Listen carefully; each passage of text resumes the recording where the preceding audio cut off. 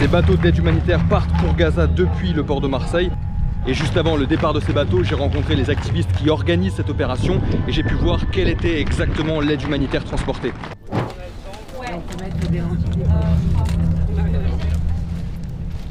Alors là, du coup, je suis sur le bateau qui est en train d'être chargé d'aide humanitaire. Il y a des voitures et des vannes qui arrivent régulièrement pour le charger. C'est quoi ce que vous êtes en train de décharger? Tout ce qui est médicaments, matériel médical, perfusion, seringues, etc. C'est où que vous avez trouvé toutes ces fournitures? Ce sont des dons, uniquement des dons de personnes. Alors l'idée c'est principalement de casser le blocus, puis après de revenir avec d'autres bateaux, de ramener aussi de la nourriture, des vêtements. Pourquoi est-ce que vous faites ce travail-là? Je crois en l'humanité. Le peuple s'est éveillé à l'international. Alors là, il y a une mobilisation qui est organisée pour accompagner le départ du bateau humanitaire. Il y a pas mal de monde sur le Vieux-Port. C'est hyper important en tant que citoyen et surtout en tant que citoyens occidentaux de se sentir concernés. La Palestine, c'est pas loin, c'est juste de l'autre côté de la Méditerranée, ici à Marseille. Les États, ils font rien, donc c'est à nous d'agir. En fait, ce 31 août, il y avait 2 départs vers Gaza, organisés par 2 organisations différentes.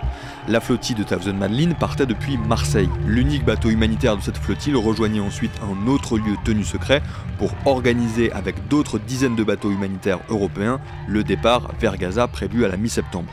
Et puis la flottille de la Soumoud Global partait, elle, directement pour Gaza ce 31 août, mais depuis Barcelone. C'est génial d'avoir plusieurs vagues.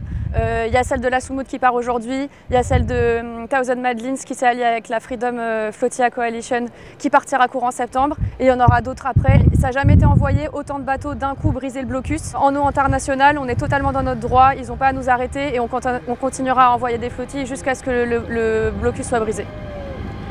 Sur un bateau large de Marseille, en fait, il y a une manifestation maritime qui est organisée avant le départ du bateau humanitaire. Et donc là, autour de nous, il y a pas mal d'autres bateaux qui arborent des drapeaux palestiniens.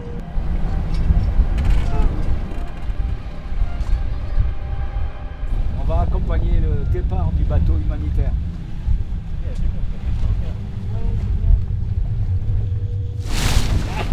J'avais pas eu sortir avant.